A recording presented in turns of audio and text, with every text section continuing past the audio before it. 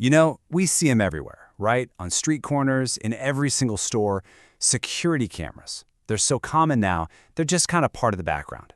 But what if I told you they're not just passively recording anymore? Nope, they're starting to watch, to think, and yeah, even predict what's going to happen next. I mean, think about it. For decades, they've just been these silent witnesses, right? Only really useful after something bad has already gone down. You got to rewind the tape to see what went wrong. But that whole way of thinking is changing, and it's all thanks to one single new ingredient. And that secret ingredient? It's time. Seriously. The whole new approach isn't just about capturing a single moment anymore. It's about analyzing behavior over a period of time. And that one little shift, man, it's a game changer. It turns a dumb camera into a smart analyst that actually gets the context. It's the difference between seeing someone just walk past an ATM and seeing someone kind of lurking next to it for 5 solid minutes. See what I mean? So here's what we're going to break down. First, this whole time-traveling camera idea. Then we'll see how it's predicting problems and totally changing the game for retail. We'll also dive into how it makes finding stuff in video basically instantaneous, and then we'll peek into the future and see what these all-seeing eyes are going to see next. All right, let's jump right in. The most important thing to get your head around is this. It's not just about what the camera sees anymore. It's about how long it sees it. That one little principle, it's the key that unlocks everything else we're about to talk about. And this is where things get really cool. We're moving from being reactive to proactive. So instead of just watching a replay of a crime after it's too late, what if an AI could actually help you spot trouble before it even starts? Let's look at a classic example of this in action. Okay, it's called a loitering alarm, and it's built to catch someone who might be, casing a joint. A person walking past an ATM is totally normal. It happens all day long. But someone just standing there, motionless, next to that same ATM for a few minutes without even using it, well, that's weird. And that is exactly the kind of behavior this AI is trained to flag. And you know what? The way it works is actually pretty simple. So first, an operator just draws a virtual box on the screen right around a sensitive spot, like that ATM. Then they set a super simple rule, something like, hey, if anyone stays inside this box for more than 60 seconds, send me an alert. Boom, that's it.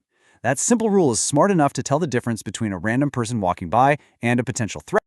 Okay, so this same logic, this whole time-based thing, it doesn't just work for people. It works for objects too.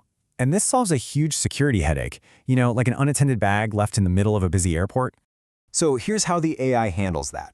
First, it just watches and learns what the normal background looks like. Then, when a new object shows up, like a backpack, it takes note. Now, if the person who put it down walks off, say, more than 10 meters away and doesn't come back within a set time, let's say 2 minutes, bam, an alarm goes out. It's not just seeing an object, it's understanding the relationship between the person, that object, and the passage of time. So cool. Okay, predicting threats is obviously a huge deal. But this is where the story takes a really fascinating turn. This exact same technology is now being used to help businesses make money.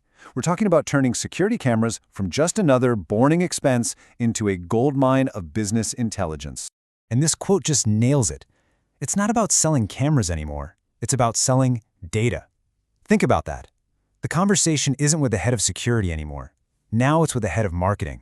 The camera has literally become another sensor, just like the ones on a website, collecting valuable insights. One of the coolest ways they do this is with something called heat mapping. Just picture a weather map, with the red and blue splotches, but instead of temperature, it's showing foot traffic in a store. It shows exactly where people walk the most and where they linger. And a really important point here, this is almost always done anonymously. It's just tracking the flow of people, like a school of fish, not individual faces. So let's say a store manager is pulling their hair out wondering, why is nothing selling from aisle 4? Well, they can just pull up the heat map and the answer might be staring them right in the face. The red areas show where everyone is walking, but whoops, the blue area shows that aisle 4 is a total dead zone. Nobody's even going down there. Maybe a big display is blocking the way, but just like that, problem identified. But wait, it gets even more powerful. You can use these same cameras as super accurate door counters. You just draw a virtual line across the entrance, and the AI counts every single person who crosses it. So let's imagine for a day that number is 1,000 people. Okay, 1,000 people. Great, but then you look at the cash register data, and you only see 100 sales. Whoa. 1,000 people came in, but only 100 actually bought something. That right there raises a huge question for any business owner. Yeah, what on earth happened to the other 900 people? For the very first time, that manager has cold, hard data on their store's conversion rate. It's just 10%. That means 900 potential sales just walked right out the door. Now they can start asking the right questions. Were our lines way too long? Was the staff not helping? Did we have the wrong stuff on the shelves? And you know what's wild? The system can actually help answer one of those questions right away. Using that same logic as the loitering alarm, a manager can draw a little queue zone at the checkout. And if the AI sees more than, say, 5 people waiting in that box, it can automatically ping the manager's phone, "Hey, open register 2. Just like that, you've improved the customer experience. Okay, so whether you're using this for security or for business, sooner or later you're going to need to find one specific thing in mountains of video footage. And this, my friends, is where the AI delivers its biggest wow moment yet. Just think of the old way. A child goes missing at the mall, and you know they were wearing a red shirt. What happens? Someone has to sit there and manually fast forward through hours and hours of video from tons of different cameras. It's a total nightmare. But now we have Metadata Search. The AI is watching all the time, and it's constantly tagging everything it sees. That's a human, that's a car, that's a red shirt, that's a backpack. So now, instead of that awful manual search, you just use filters. It's just like you're shopping online for shoes. You can literally just tell the system, show me every human wearing a red shirt that you saw today between 9 a.m. and 5 p.m. It's that easy.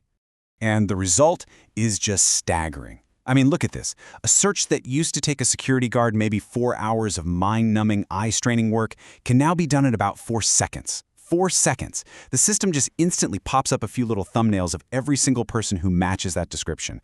For any kind of investigation, this is an absolute game changer. So where is all this headed? What's next? Well, the applications are already expanding way beyond just security and retail. We're seeing it pop up in workplace health and safety, basically turning the camera into a digital safety officer that never blinks. A great example is slip and fall detection. The AI's logic is actually super simple, but really clever. It's been trained to see a person who's standing up as a tall, skinny, vertical box, right?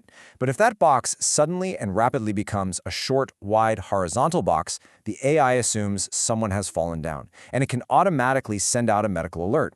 It's a huge shift from just property security to actual personal safety. So, this is where we are now. We've got this technology that can find a lost child in a giant mall in just a few seconds, which is just amazing, right? But at the same time, it can tell a giant retail corporation the precise reason you walked out of their store without buying anything. It is unbelievably powerful, and it really forces us all to ask a pretty critical question. Where exactly do we draw the line between helpful and intrusive?